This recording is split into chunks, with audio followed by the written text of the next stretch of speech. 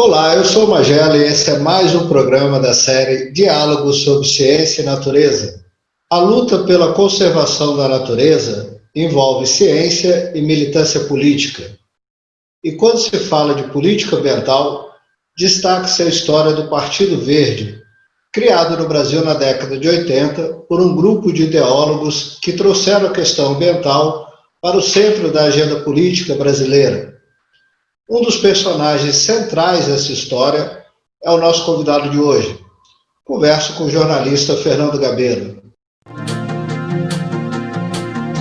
Nesta terça, o programa Diálogo sobre Ciência e Natureza recebe Fernando Gabeira.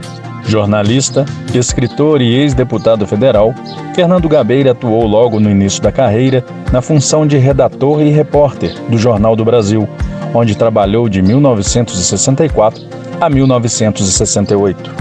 Um dos mais renomados ambientalistas brasileiros, esteve à frente de importantes mobilizações sociais durante a década de 1980, quando foi um dos fundadores do Partido Verde no Brasil. Como deputado federal, foi fundamental em importantes avanços na legislação brasileira, sendo relator do Sistema Nacional de Unidades de Conservação da Natureza. Gabeira se dedica há décadas à conservação da natureza, conduzindo sempre novos debates atento às questões ambientais, culturais e éticas. Atualmente, dedica-se a mostrar o Brasil aos brasileiros, por meio do seu programa na TV. Gabeira, muito obrigado pela gentileza de aceitar o convite de participar desse projeto. Obrigado. Eu queria começar, Gabeira, resgatando as suas memórias lá da década de 60, quando você já era jornalista, redator do Jornal do Brasil de 64 e 68. As questões ambientais já frequentavam as pautas da imprensa nessa época, não? Olha, muito dificilmente, e quando frequentavam, não frequentavam com essa consciência. Não é? Você podia ter um desastre ambiental, algum outro problema, mas não havia ainda consciência de que estamos diante de um problema ambiental. Eu tenho a impressão, isso é impressão minha, que o tema só ganhou uma consistência mais estrutural, assim, uma visão mais ampla, na década dos 60, no final da década dos 60, com a divulgação daquele manifesto. O Clube de Roma era um conjunto de ex-presidentes, primeiros ministros, que se reuniu para exatamente começar a formular a questão ambiental, mostrando que havia um problema no horizonte. Se a humanidade continuasse a produzir e a consumir do mesmo jeito que fazia, os caminhos estavam bloqueados no futuro. Então foi uma espécie de advertência global. A partir daquele momento, eu creio, começou a haver uma consciência de que havia um problema ambiental. E as coisas que aconteciam começavam a entrar dentro dessa gaveta, né, do problema ambiental. Evidentemente que muito antes disso, se você visse que derrubar uma árvore, a derrubada das árvores, por exemplo, Bonifácio já era um absurdo, já era uma questão de crime ambiental. Mas ele achava já isso, né, muito antes de tudo. Né? Mas, na verdade, você só começa realmente a ter essa consciência a partir dos anos 60, e talvez no Brasil, em 70, quando começam a surgir as primeiras organizações de defesa do meio ambiente, especificamente a Agapan, no Rio Grande do Sul, que depois foi dirigida ou estimulada ou inspirada pelo Lutzenberger, José Lutzenberger. No seu caso em especial, o interesse pelas questões ambientais, o amor pela conservação e a luta pela conservação já estava em você nesse período, ou isso nasce e se desperta durante a sua passagem pela Europa na década de 70? Ora, evidentemente que a lembrança do Brasil era uma lembrança muito da natureza. Tá? Portanto, havia uma questão, emocionalmente, para mim, o Brasil não era apenas a sociedade, mas era também a natureza.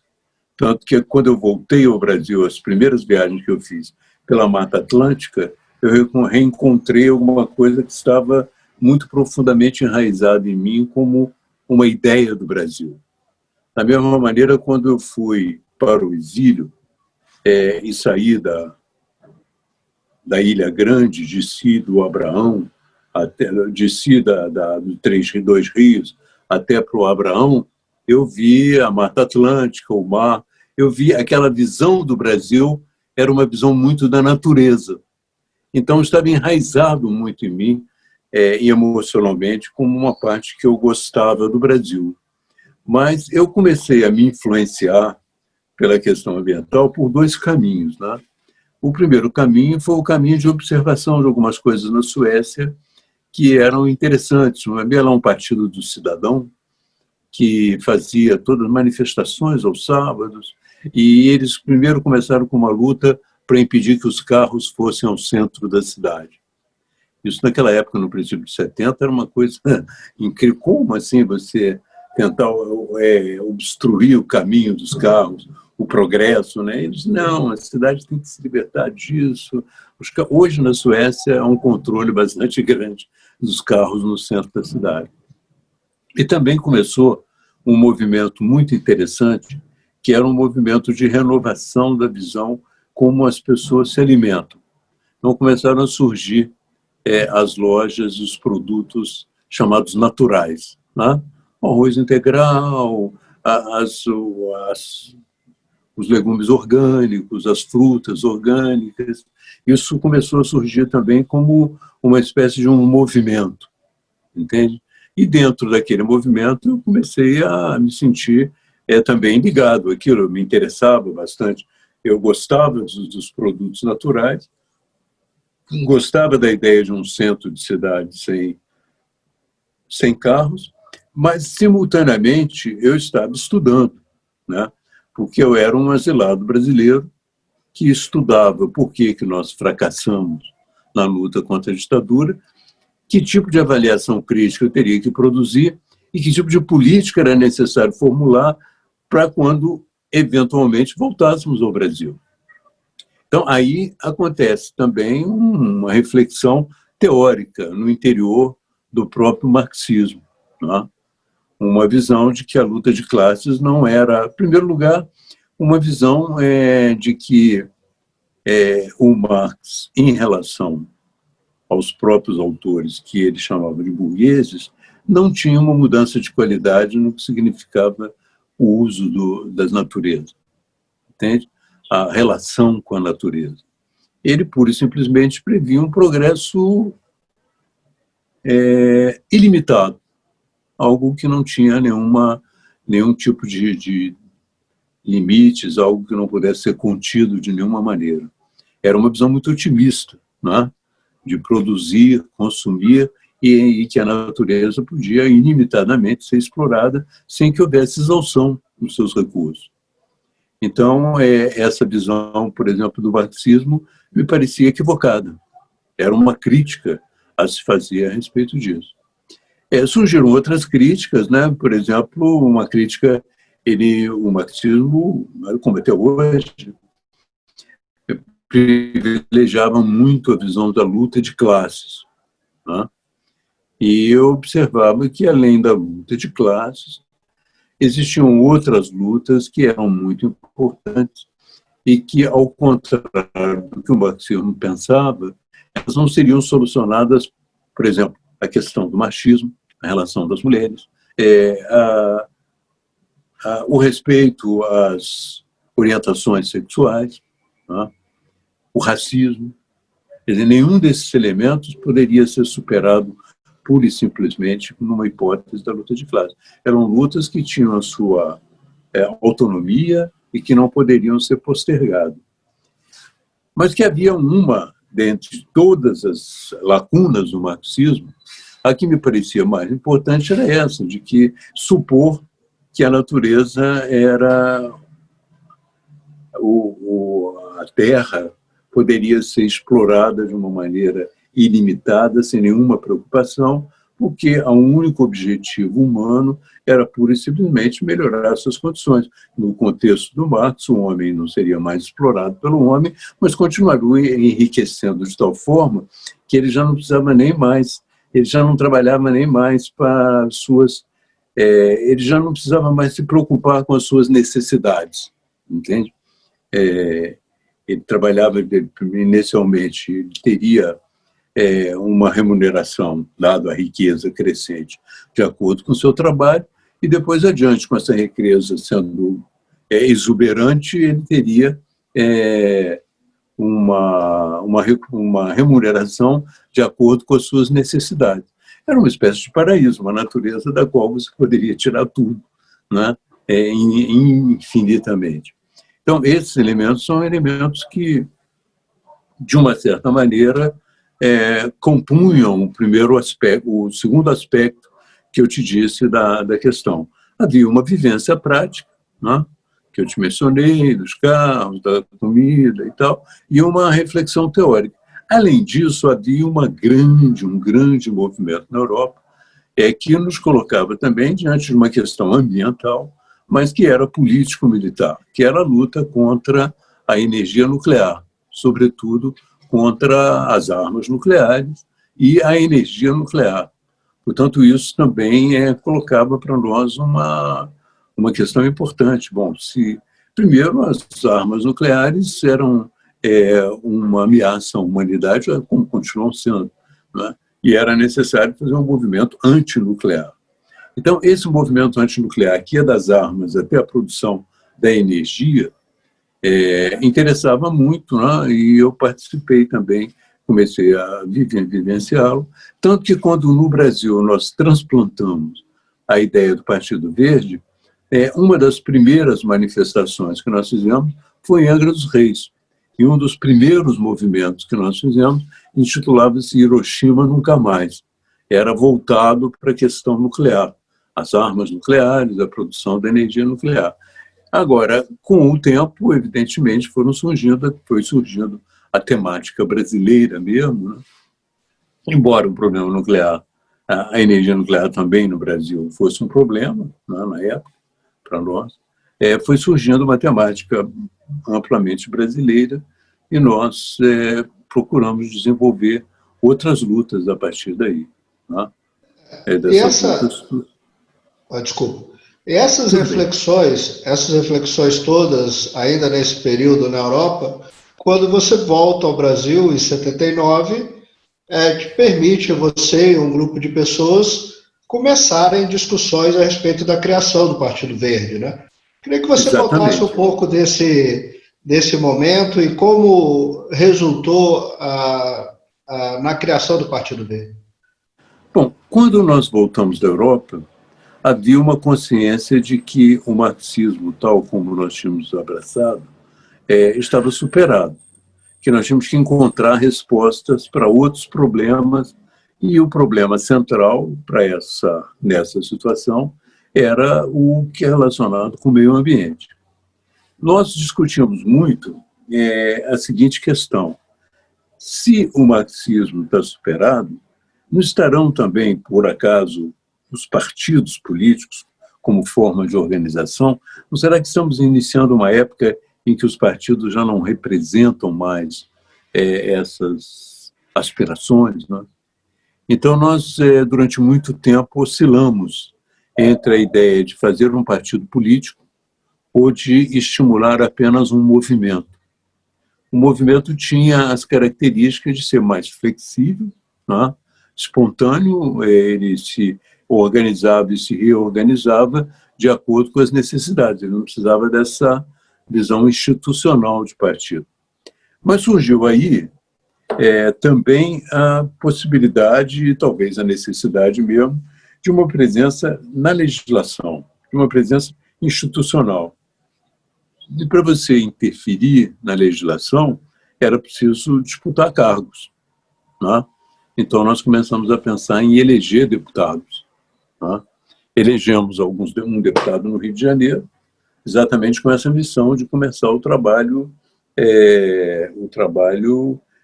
parlamentar e o trabalho especificamente legislativo, que era decorrente da necessidade que nós tínhamos de construir uma ampla legislação ambiental para proteger o meio ambiente no Brasil. Ao fato que eu não participei de parlamento nessa época, eu fiz apenas a divulgação do partido de um modo geral, como candidato majoritário, né, ao governo do Rio, e só fui completar o trabalho realmente já como deputado, quando fui relator do Sistema Nacional de Unidades de Conservação, que criou todo esse conjunto de unidades de conservação, todo um sistema de proteção ao meio ambiente e de áreas que nós queríamos separar e preservar para que o Brasil pudesse, de alguma maneira, seguir adiante com ela. Agora, Gabeira, com a chegada do Partido Verde, uma vez que vocês decidiram criar o partido, seria natural, e foi natural, uma tentativa de aproximação do partido com as ONGs, com os ambientalistas. E eu queria só citar dois eventos, um inclusive foi colocado numa das entrevistas aqui, muito, muito interessantes, assim. Um que foi a ida do Sirquis a Porto Alegre, na tentativa de buscar o apoio da Agapan na época, e a diretoria da Agapan teria se recusado a se associar ao Partido Verde por entender que o movimento ambientalista não deveria se aproximar do partido naquele momento. Um outro evento teria sido uma reunião em BH com lideranças ambientalistas que também teriam optado por não se aproximar do Partido Verde naquele momento.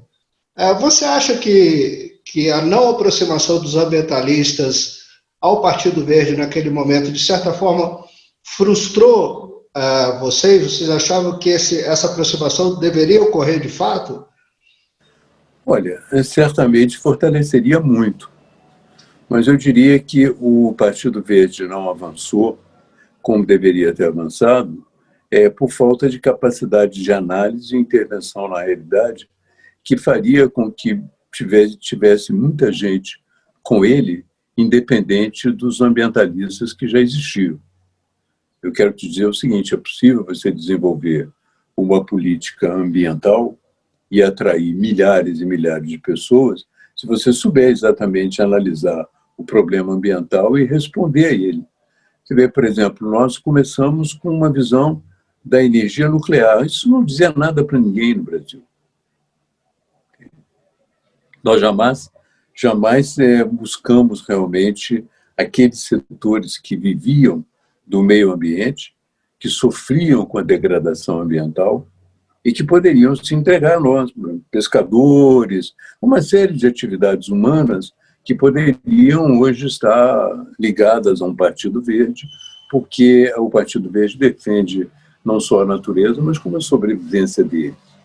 Então, eu acho que a não presença de uma ou outra entidade ambiental realmente poderia fortalecer mais ou menos, mas acho que o essencial é a incapacidade de fazer política, a incapacidade de se ligar ao país real e oferecer soluções e localizar os problemas do país real e marchar com ele. Eu acho que essa incapacidade continua até hoje.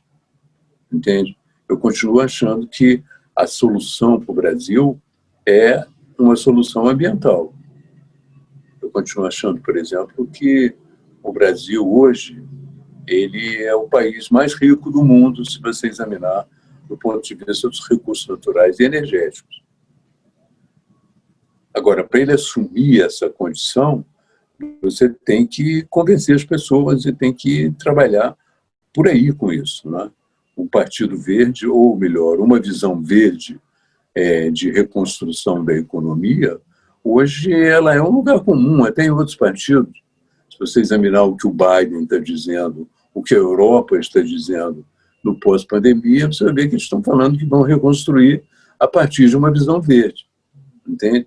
E o país que é potencialmente o mais rico do mundo pelos seus recursos naturais, deveria estar ancorado nisso para seguir adiante, né? E, no entanto, não há essa compreensão. Eu acho que Um dos fatores que podem nos ajudar agora, modernamente, é que a economia revisou um pouco a sua própria visão da natureza. Né? A natureza era vista pela economia como um acessório, algo que você incorpora na produção e que tem um custo, né? Mas é algo que você incorpora na produção, um elemento da produção, pura e simplesmente. E era um fator externo, né? À própria produção. Hoje, a economia já começa a internalizar a natureza como um fator de riqueza, como elemento central da riqueza. Entende? Então, ao mudar essa concepção econômica, que era limitada, eu acho, né? A visão da economia que excluía a natureza, ou apenas havia como um espaço onde você retira as coisas e continua, era muito próprio também da iniciativa privada, do capitalismo privado mesmo, né? Porque o que ele via era o seguinte: você utilizava a natureza, você fazia os cálculos da matéria-prima que você extraía dela, e depois os desgastes, o processo de desequilíbrio que você levaria àquele sistema ambiental, não te importava muito, entende? Você ia para outro lugar, seguia a tua tarefa, mas essa visão hoje já é uma visão mais difícil. A própria sociedade já não aceita mais tanto, entende? Então, hoje, a natureza passou a ser vista como um elemento de produção, de riqueza, de respeito, e não há uma perspectiva econômica que possa tratá-la como se tratava antigamente. Né? E, sobretudo, na década de 80, quando essa dualidade era muito clara, né? Natureza e economia não dialogavam, né? Quer dizer, a natureza era visto como uma forma de, às vezes, de acabar com o emprego, né? De dificultar o desenvolvimento. E aí eu queria te fazer uma pergunta. Era um obstáculo, né? Um obstáculo. E eu queria te perguntar o seguinte: a aproximação do PV. Estou insistindo um pouco com a história do PV, só para a gente contextualizar esse período da década de 80, mas a aproximação do PV com o PT, você acha que amenizava esse discurso ou você não vê ligação? Olha, a aproximação com o PT também era uma leitura europeia. Né? Na Europa, os partidos verdes, quando surgiram, eles fizeram o que chamavam uma coligação verde-vermelha. Eles se ligaram à social-democracia.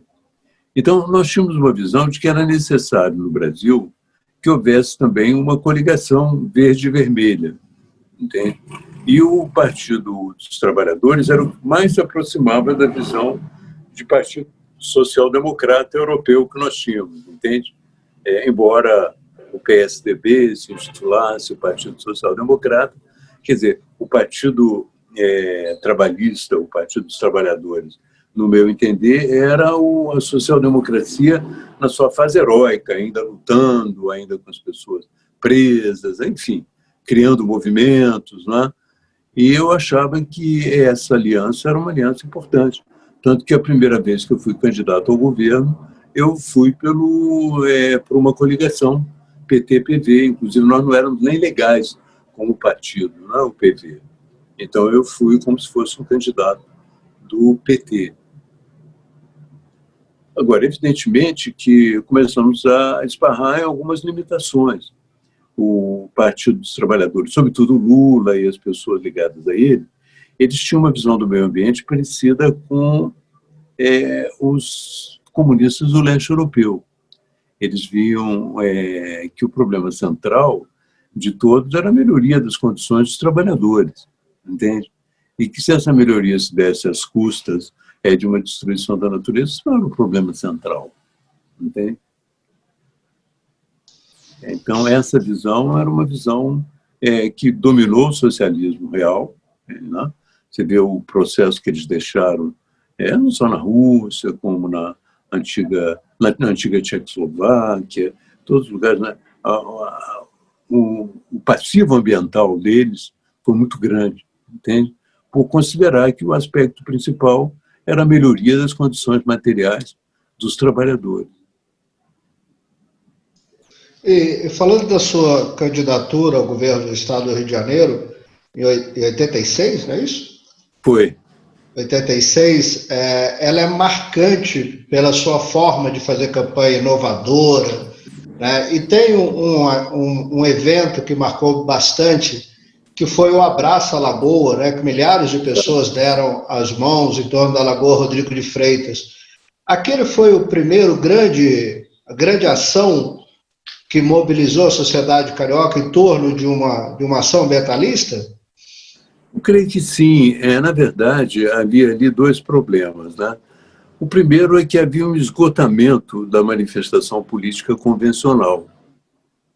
A manifestação política onde você tinha um palanque, algumas pessoas falavam para as outras ouvirem. A ideia de fazer a volta à Lagoa, com todas as pessoas de mão dadas, transformava cada um num protagonista, cada um num elo da corrente, né? E expressava um desejo que a Lagoa simbolizava ali, de respeito à natureza, de uma vida, boa qualidade de vida, de uma vida limpa, algo que era essencial para o Rio de Janeiro. Continua sendo essencial para o Rio de Janeiro. E então a Lagoa simbolizou esse respeito e essa vontade de proteger o meio ambiente.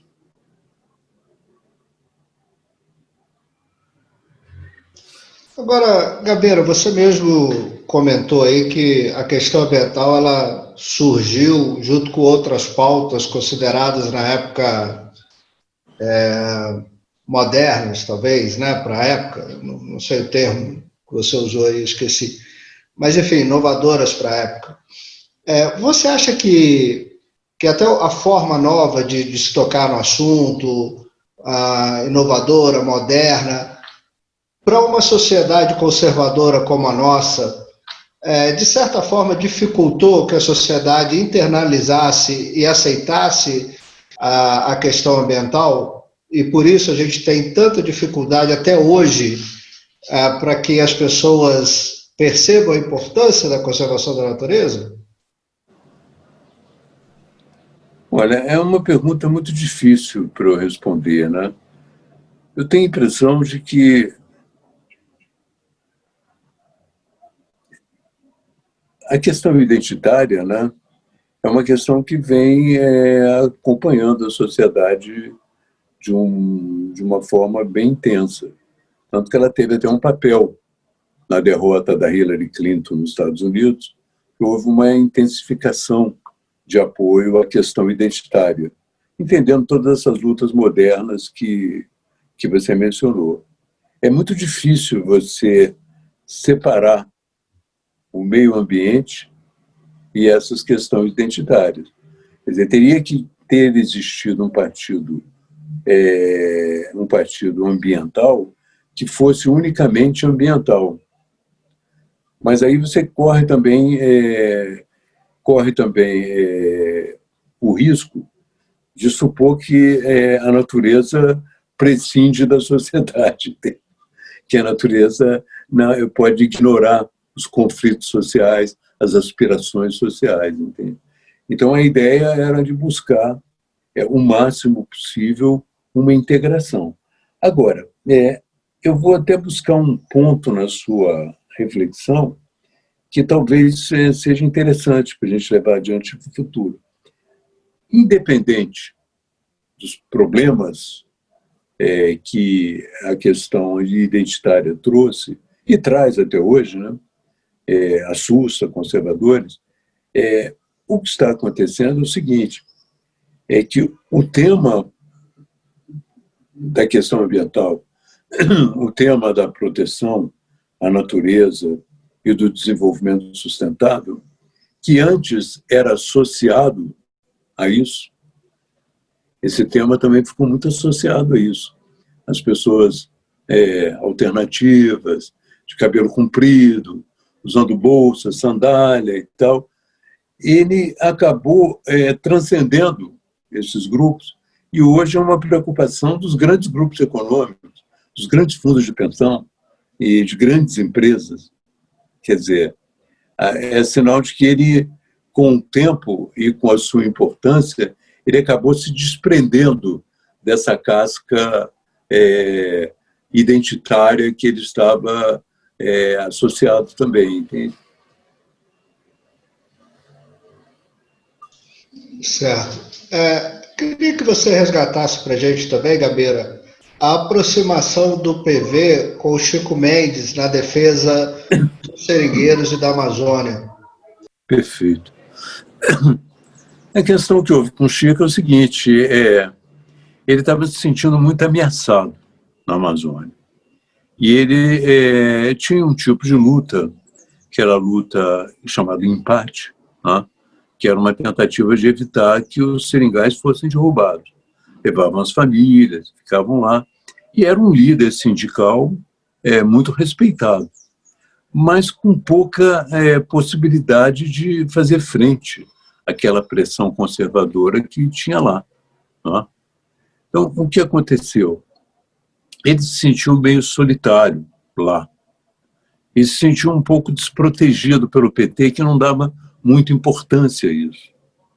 Então se aproximou da gente aqui e nós assumimos a luta junto com ele, evidentemente, fizemos manifestações no Rio, tanto que quando você vê na morte dele, a Isa, a mulher dele, estava usando uma camisa do Partido Verde, ele sentia um quadro do Partido Verde, porque ele achou que o Partido Verde era a resposta que ele tinha, que ele queria para toda aquela luta que ele desenvolvia lá. Abria um contato com a sociedade amplo e um contato com o exterior também. Quer dizer, dava a luta dele, que era uma luta sindical, perdida, difícil, desigual, não entende? Dava a ele uma dimensão muito maior. Primeiro que ele tinha o apoio da classe média aqui do Rio de Janeiro, né? Que nós representávamos de uma certa maneira, bem ou mal, mas representávamos, e tinha o apoio também de uma opinião pública internacional que estava cada vez mais interessada na questão da Amazônia. Então, a morte dele nós tentamos evitar. Nós sabíamos que a Lucélia foi ao Acre falar com o governador, dizer que ele estava sendo nessa situação. Foi uma missão que ela teve, né? De tentar pedir ao governador que estabelecesse, eu acho que era o Flaviano de Mello, então estabelecesse um esquema de segurança para ele. Mas não adiantou, porque já estava praticamente definido aquele assassinato.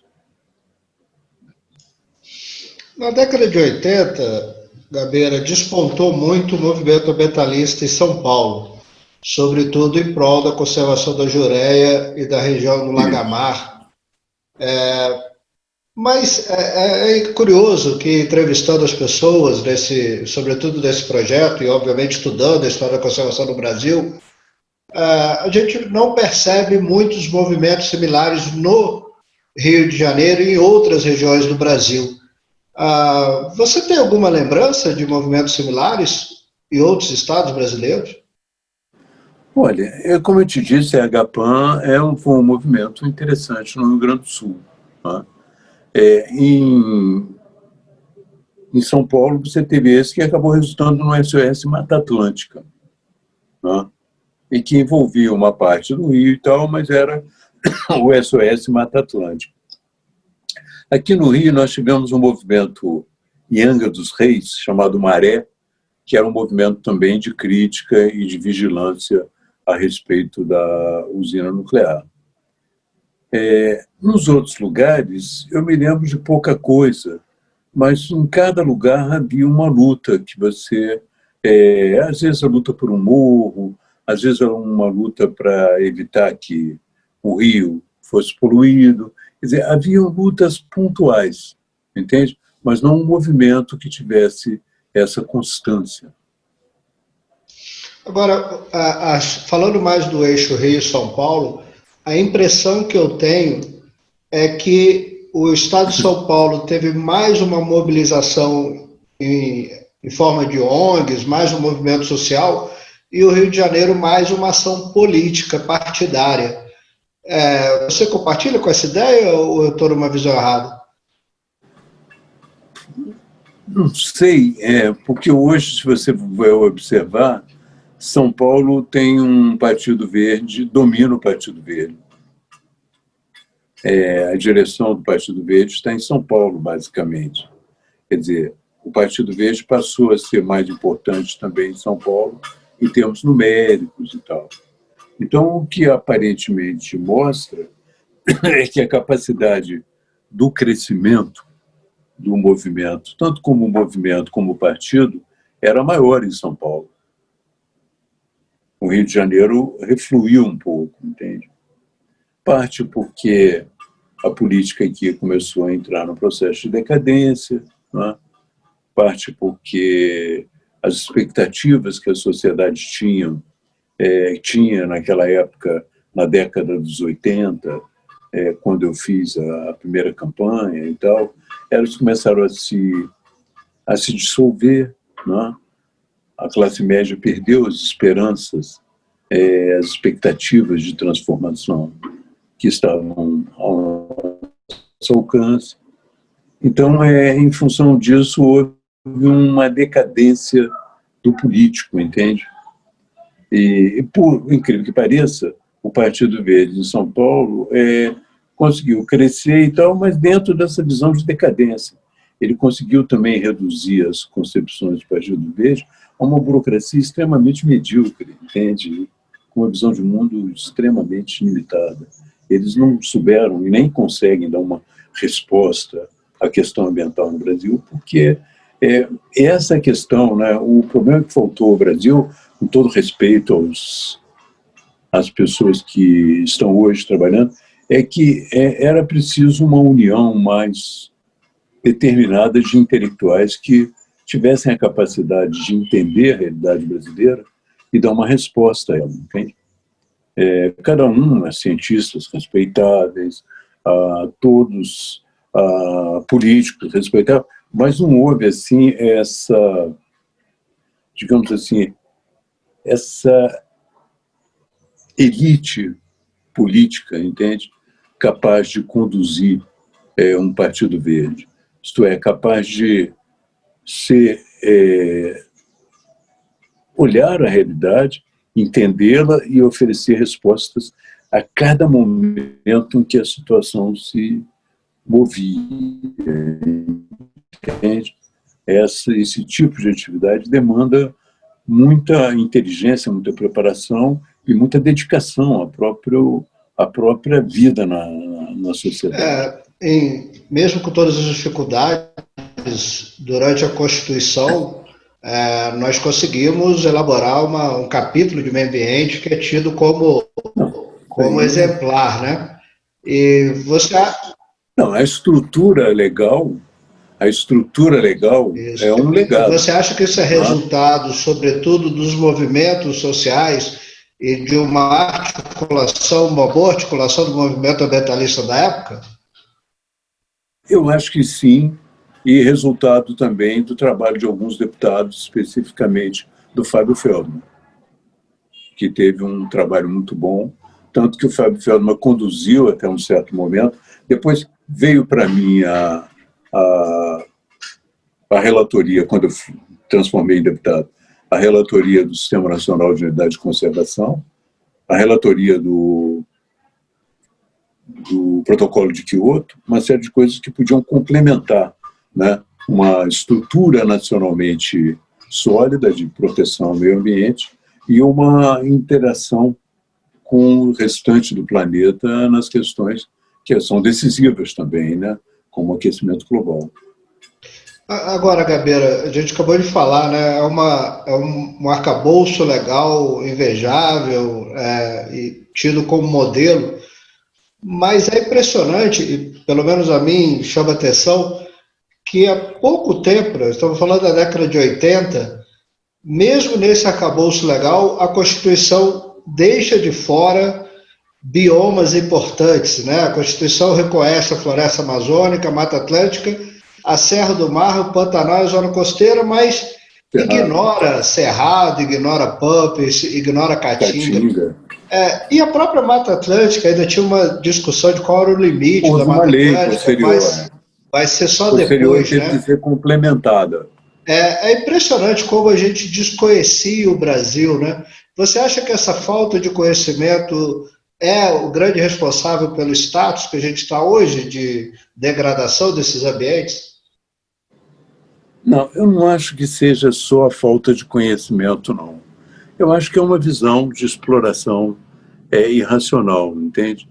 O caso do Cerrado, por exemplo, ele custou muito a ser reconhecido, né, como um bioma. Outros, como a Caatinga, os Pampas, todos são muito pouco reconhecidos, porque o reconhecimento como um bioma, como algo que deva ser preservado, incomoda muito também a exploração econômica, né? Começa a aparecer como obstáculo.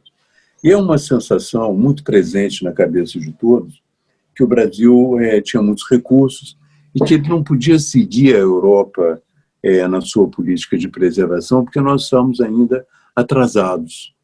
Nós precisamos enriquecer um pouco mais para sermos, digamos assim, mais protetores do meio ambiente, como são os europeus. Eu acho que isso teve um peso. Agora, a ignorância também tem um peso, o desconhecimento do Brasil também tem um peso, não é? Eu acho que esse desconhecimento é uma realidade de quase todos nós. Eu, por exemplo, dedico a minha vida a conhecer o Brasil. Infelizmente, fui atropelado pela pandemia que me impediu, mas eu venho já há 6 anos viajando pelo Brasil. E meu projeto era continuar viajando pelo menos uns 6 anos mais, para tentar exatamente ter o quadro mais completo da região, localizando lugares, localizando potenciais, entende? Beleza natural, tentando fazer com que o meio ambiente passe a ser, nesses lugares, uma forma de sobrevivência, para que as pessoas passem também a preservá-lo, entende? A entendê-lo como um recurso para a sobrevivência deles. Agora, essa pandemia atrapalhou muito também, entende? A minha ideia era exatamente continuar colocando na agenda o Brasil que não aparece tanto para as pessoas, mas que tem um papel fundamental. Bioma, por exemplo, coisa que ninguém imagina que possa existir, ou coisas que as pessoas não dão tanta importância, né? Agora, sobretudo depois da Rio 92, as ONGs começaram a aparecer demais, né? E até que ponto a sociedade passou a depositar nas ONGs as cobranças e as esperanças que deveriam estar no governo? Olha... Você acha que houve uma inversão de papéis em algum momento aí? Eu acho que as ONGs, quando bem intencionadas também, elas têm que coordenar uma cobrança dos governos, entende? A expectativa de substituir o governo é ilusória. Ela tem que buscar, de alguma maneira, uma definição do governo, entende? Eu acho que as ONGs responderam, mas ainda assim responderam limitadamente, o governo responde limitadamente, e que era preciso um país como o Brasil, que não só ONG, governo e sociedade tivessem conscientes de fazer, olha, nós somos um país muito rico, vamos desenvolver a nossa riqueza por esse caminho, vamos transformar o Brasil de fato numa potência ambiental, e vamos fazer disso o elemento da nossa política em relação ao resto do planeta, entende? Essa compreensão abriria caminho para simplesmente cada um assumir o seu papel, entende? Mas você acha que quando há uma inversão de papéis, quando as ONGs ou pessoas historicamente vinculadas às ONGs assumem papéis governamentais, isso pode trazer alguma frustração ou cobranças excessivas? Eu acho que sim. Na verdade, existem ONGs que... algumas ONGs dependem da ajuda das pessoas. Né? Existem ONGs que precisam da existência do problema para sobreviver. Entende? Elas precisam que haja o problema para elas continuarem lutando. Então, você não pode esperar, por exemplo, que uma ONG que viva de denúncia e de dramatização da questão ambiental queira que a situação se resolva no fundo, realmente, entende? Quer dizer, ela vive desse drama, entende? Eu acho que a questão fundamental é uma questão de governo mesmo, uma questão de sociedade, de definir o que a sociedade quer e tentar, de uma certa maneira, fazer com que ONGs e sociedades se articulem. Né? Você falou aí algumas vezes sobre o Sistema Nacional de Unidade de Conservação, que você assumiu a relatoria... o SNUC. Você assumiu a relatoria depois que o Fábio Feldman deixa de ser deputado, né? Você assume. O Sistema Nacional de Unidade de Conservação, ele hoje, quando virou lei em 2000, ele tem 12 categorias de unidade de conservação. Algumas dessas categorias acabam se confundindo e há uma dificuldade tremenda. Você, como jornalista, sabe bem como isso. A própria imprensa se confunde com as categorias, a sociedade se confunde. Você não acha que tem categoria demais? Isso não poderia ter sido simplificado? Ou você acha que precisava se acomodar todos os interesses realmente naquela época? Era absolutamente necessário acomodar tudo, entende?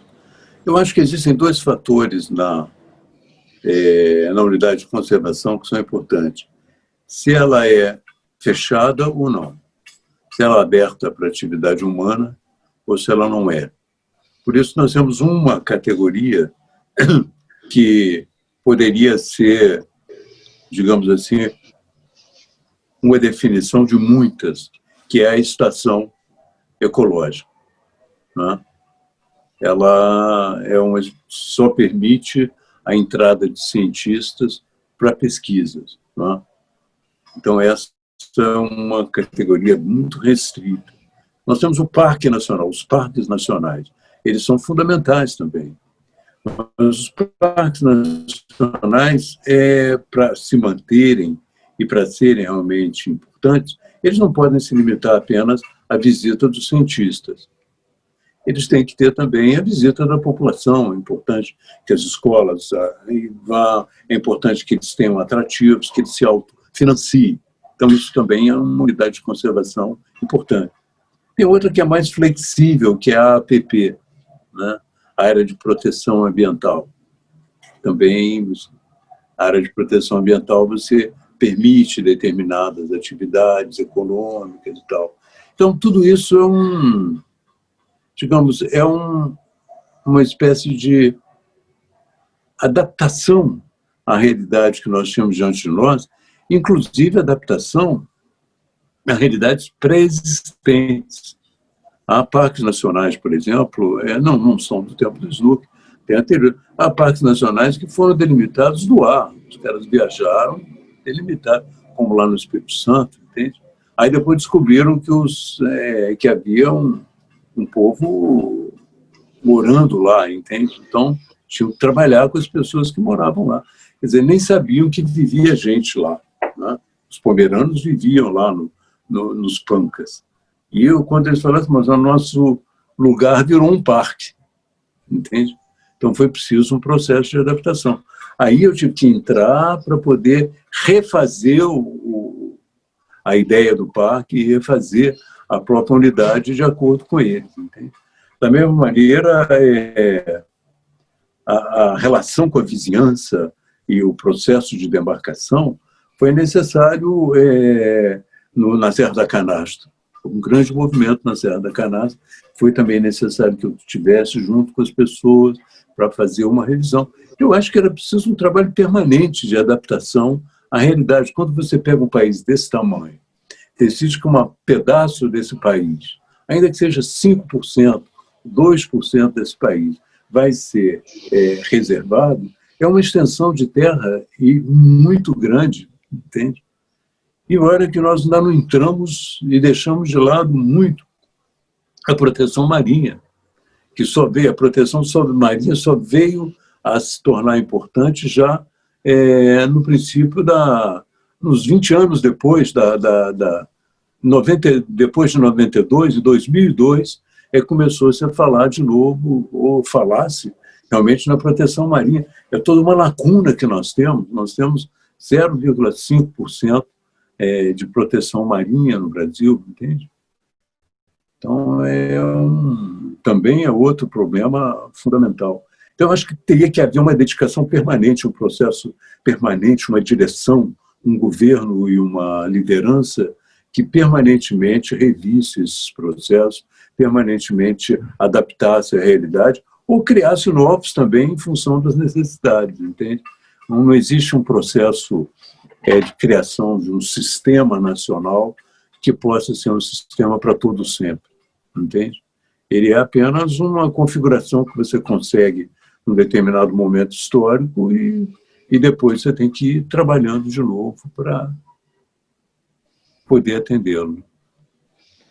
Gabeira, entre 2003 e 2008, Marina Silva foi ministra do Meio Ambiente. Nós tivemos excelentes ministros, mas por sua trajetória, por sua história, pelo respeito internacional, esse momento, enquanto Marina, ministra do Meio Ambiente, foi um momento de maior expectativa para trazer a questão ambiental para o centro da agenda política do Executivo? Eu acho que foi um momento de maior expectativa e acho também que foi um momento de muitas conquistas. Entende? A Marina lutava também, como é evidente, com algumas limitações do próprio PT. O Lula nem sempre considerou as questões ambientais de uma maneira simpática, embora ele tenha dado liberdade para que ela fizesse muita coisa, sobretudo na Amazônia e tal, mas ele nem sempre ele considerou que valia a pena. Em vários momentos ele ridicularizou a luta ambiental, diziam que certas estradas estavam sendo dificultadas porque uma lagartixa não podia se reproduzir, enfim, uma série de argumentos que eram um pouco destinados a colocar no ridículo a questão ambiental. Mas eu acho que ela conseguiu, sobretudo, um plano de fiscalização e controle da Amazônia, uma redução objetiva da destruição da Amazônia no período que ela estava lá. E acho que isso é um grande feito, entende? Da mesma maneira, eu acho que mais tarde esse processo continuou, né? Depois que ela saiu, esse processo continuou, mas eu acho que se houver um fator, acho que vale a pena ressaltar, é que ela conseguiu realmente equacionar um problema que é hoje e sempre foi o grande problema, né? Que é reduzir e, se houvesse chance, inclusive, eliminar o processo de destruição da Amazônia. E por que você acha que é tão difícil controlar o desmatamento na Amazônia? Qual o grande desafio? O grande desafio é o seguinte: você não pode... Você tem uma fiscalização do IBAMA, que é uma fiscalização civil, não é? E existe, por parte dos desmatadores lá, uma sensação de que nem todo mundo no governo concorda com a repressão a eles. Eles se sentem, de uma certa maneira, entendidos por partes de governo, por setores de governo, e acham que devem prosseguir no seu trabalho. E também, como a vigilância na Amazônia ela não é perfeita, ela não é ideal, eles aproveitam todas as indicações de que a fiscalização será mais ou menos relaxada para avançar no desmatamento. Eles têm uma leitura muito imediata digamos assim, dos ventos de Brasília. Eles sabem muito bem o que significa cada momento em Brasília e aproveitam disso para seguir desmatando. Eu acho também que houve, e há ainda, da nossa parte, uma incapacidade de desenvolver projetos e convencer alguns desmatadores que, talvez, se as terras fossem deles, e que a floresta em pé é hoje muito mais potencialmente lucrativa do que o desmatamento. E oferecer realmente projetos de desenvolvimento sustentável que dê à pessoa a chance de crescer, de melhorar de vida, de prosperar de alguma maneira sem destruir a Amazônia. Acho que isso está ligado, evidentemente, que houve tentativas. Uma delas é o próprio esse projeto da Amazônia financiado pela Alemanha e pela Noruega, que exatamente tentava estimular essa saída. Mas, infelizmente, o governo atual considerou isso uma ameaça, uma intervenção de ONGs, e não permitiu que se desenvolvesse mais isso. Nós temos mostrado, pelo menos através do professor Carlos Nobre, que setores como o do açaí, da castanha, estão prosperando de uma forma sustentável e que há outras inúmeras possibilidades na Amazônia que podem ser desenvolvidas nesse campo. Então, eu acho que também tem que haver algum tipo de projeto, algum tipo de financiamento de projetos sustentáveis para que você consiga conter isso. Porque é um argumento muito forte contra as pessoas que desmatam a possibilidade delas ganharem de dinheiro de outra maneira. Porque, infelizmente, o único argumento que elas entendem é o de ganhar dinheiro, entende? Então você acha que não é possível pensar numa conservação sem a variável econômica? A gente tem que valorar economicamente a natureza. Eu acho que tem que valorar de dois. Eu acho que o valor dela já é muito claro, né? Primeiro valor é de manter a floresta em pé, e o carbono que ela sequestra e o valor desse carbono. Esse é um valor inestimável que hoje, na escala mundial, já é reconhecido. Então, nós temos um mercado de carbono que te dá a possibilidade de pensar também nisso. Nós temos o valor dessas explorações sustentáveis. Você vê, por exemplo, há vários tipos de plantações que podem ser desenvolvidas na Amazônia, inclusive a do cânhamo. Inclusive a do cânhamo, que é o que produz mais energia. Recentemente eu vi um pesquisador americano dizendo que a plantação do cânhamo na Amazônia seria um sucesso enorme, né? Pela quantidade de energia que você produz, ele tem condições de produzir por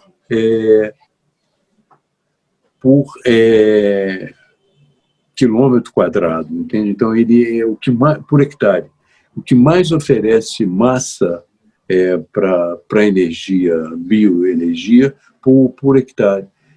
Você tem a castanha, você tem o açaí, você tem uma possibilidade que nós trabalhamos muito antes, que é a possibilidade da biotecnologia aplicada ali à Amazônia, descoberta de novos remédios. Vários grandes laboratórios se interessaram por isso, e nós só não avançamos muito porque não tínhamos também uma legislação que nós tentamos desenvolver, que era uma legislação destinada a garantir a propriedade intelectual das populações tradicionais, entende? Enquanto nós não tivemos uma coisa definida sobre isso, nós dificultamos um pouco esse avanço dos grandes laboratórios. O que não dificultamos, não podemos impedir a biopirataria, entende? Continua existindo. Portanto, eu acho que um processo de desenvolvimento da Amazônia, levando em conta a disposição internacional hoje, tanto a disposição europeia como americana, e as nossas potencialidades, poderiam fazer com que o Brasil tivesse ali, alguém falou no Vale do Silício brasileiro, entende? Mas podia ter um foco de desenvolvimento econômico jamais visto sem destruir a natureza. Você acha que existe uma grande lacuna entre o conhecimento produzido nas instituições de pesquisa e nas universidades e as decisões políticas?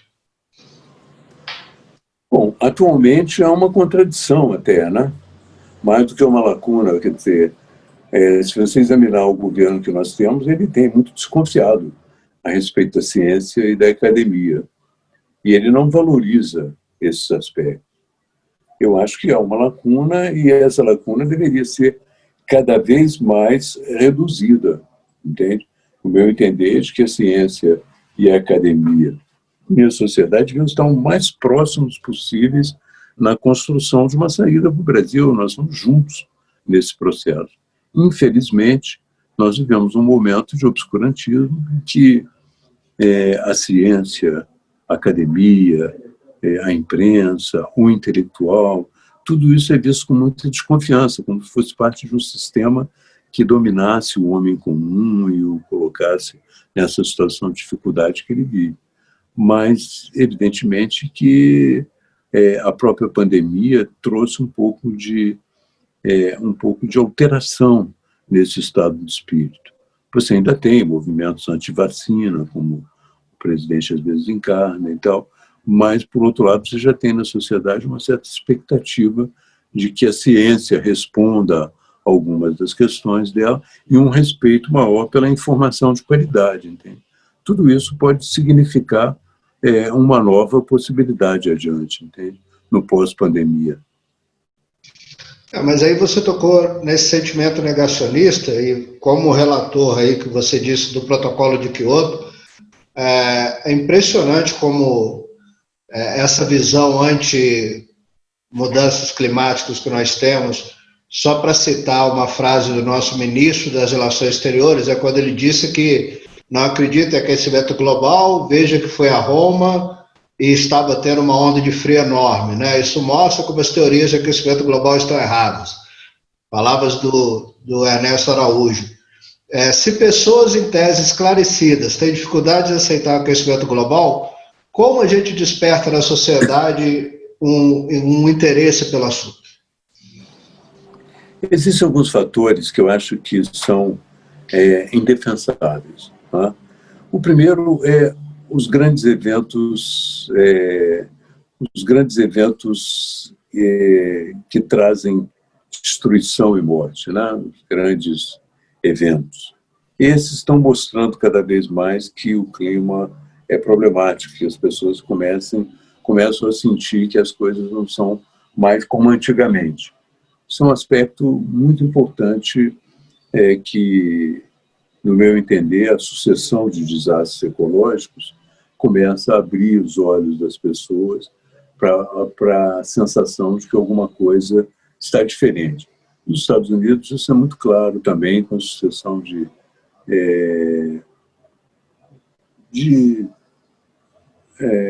furacões, várias grandes tempestades e tal. O outro fator que eu acho muito claramente possível de você demonstrar é a clara elevação do nível do mar. A elevação do nível do mar é uma das consequências do processo de aquecimento global. E eu, por exemplo, quando deputado, eu já trabalhei em 3 pontos de Pernambuco, que é a Praia de Boa Viagem, de Paulista, de Jaboatão. Os 3 lugares onde havia já um processo de elevação do nível do mar que era visível para a população. Da mesma maneira que no norte do estado de Minas, em Atafona. Tá? E lá, quando deputado ainda, inclusive foi muito criticado por isso, eu destinei algum dinheiro para pesquisas sobre a elevação do nível do mar em Pernambuco. E conseguimos salvar uma praia em Jaboatão. Até hoje, essa semana, o candidato a prefeito usa isso lá, o candidato a prefeito do Partido Verde usa isso na propaganda dele. Mas a verdade é a seguinte, que o dinheiro que eu coloquei era também para pesquisa. E a minha visão era de aproximar Pernambuco da Holanda, porque eles têm uma proximidade histórica, para poderem trabalhar juntos também alternativas para conter o mal, entende? E eu observo que esse problema, pelo que eu tenho lido, continua a acontecer no mundo, né? A elevação do nível do mar é irreversível, ele cresce 1 milímetro por ano, e daqui a pouco nós teremos realmente dificuldades muito grandes. E antes que isso aconteça, ou à medida que vai acontecendo, digamos assim, parcialmente, né, a gente vai também tentando mostrar às pessoas que, olha, isso é o aquecimento global, temos que nos preparar e tal. As grandes tempestades já são também outra possibilidade. Muitas comunidades precisam ser preparadas para as grandes tempestades. Por isso que eu acho que o nosso objetivo hoje é tentar integrar a defesa civil e tentar estabelecer, através da defesa civil, uma orientação para a sociedade, entende? Mostrar à sociedade que ela precisa ficar ativa e ser ativa nesse processo. Eu me lembro, por exemplo, quando vi o primeiro furacão que aconteceu em Santa Catarina, eu estava lá. E os caras ficavam discutindo, puxa, é furacão, ou não é ciclone, é furacão, é ciclone. Eu falei, poxa, a partir de certa velocidade do vento, não importa se é ciclone ou furacão, a gente tem que correr. Você tem que preparar uma saída. Então, na época, eu consegui, eu ainda era deputado, coloquei a equipe trabalhando, pegamos todas as cartilhas que havia nos Estados Unidos e também no Caribe, e formulamos uma cartilha para eles, se eles quisessem usar, sim ou não, mas eram as medidas que era necessário tomar nessa circunstância. Uma espécie de treinamento da sociedade progressivo para isso. Eu acho que hoje, se eu fosse político, se estivesse envolvido numa questão dessas, eu estaria atuando diretamente na defesa civil, entende? Preparando essas pessoas, inclusive com simulações, como se faz no Japão. Não tem o mesmo efeito aqui no Brasil, porque simular no Brasil algo que ainda não aconteceu, ninguém acredita, né? No Japão, eles são mais disciplinados, eles fazem exercícios permanentes e tal. Mas eu acho que o caminho é através desses desastres e educando a população e fazendo com que ela se prepare. Por fim, você acha que a eleição de Joe Biden nos Estados Unidos influencia e pode alterar os rumos da política ambiental no Brasil? Olha, depende da leitura que o Brasil fizer, né? O Joe Biden tem uma visão de Green New Deal. Ele tem uma visão de reconstruir a economia a partir do uso de energias sustentáveis, a partir de uma economia diferente da que existe hoje. E dentro desse contexto, ele tem uma visão também planetária, né, de voltar ao Acordo de Paris e de lutar contra todo o processo de, digamos assim, que favoreça o aquecimento global. Então, o Brasil teria um potencial muito grande, ele ofereceu já 20 bilhões, mas o Brasil teria um potencial muito grande de cooperação se colocasse na condição de potência ambiental e dissesse, olha, precisamos da cooperação internacional para desenvolvermos esse nosso potencial de uma forma sustentável, com a ajuda de todos, né? E também fazendo prosperar um pouco a nossa população. Eu acho que os termos para o entendimento aí seriam excelentes. Infelizmente, o governo Bolsonaro e o Bolsonaro, eles têm uma visão de que o progresso não vai se dar através de uma reformulação verde da economia. Ele acredita no desenvolvimento clássico da economia, entende? Ele acredita, por exemplo, que a destruição da Amazônia é a única maneira de fazer crescer a Amazônia. Então, o Joe Biden será, eu tenho a impressão, um hábil negociador, mas vai encontrar essa dificuldade do Bolsonaro. Recentemente, a fala do Bolsonaro dizendo que quando acabar a saliva restará a pólvora, foi uma ameaça velada aos Estados Unidos. Espero que eles não fiquem com medo, que compreendam a insanidade do Bolsonaro e voltem a negociar o que é fundamental nesse caso. Maravilha, Gabeira. Quero te agradecer muito a sua gentileza em participar desse projeto. Ótimo. Qualquer coisa eu estou aqui à disposição, tá bom? Muito obrigado. Abraço para vocês. Grande abraço. Esse foi mais um Diálogo sobre Ciência e Natureza. Nos vemos semana que vem com mais um convidado. Se inscreva no nosso canal e acompanhe nossas entrevistas.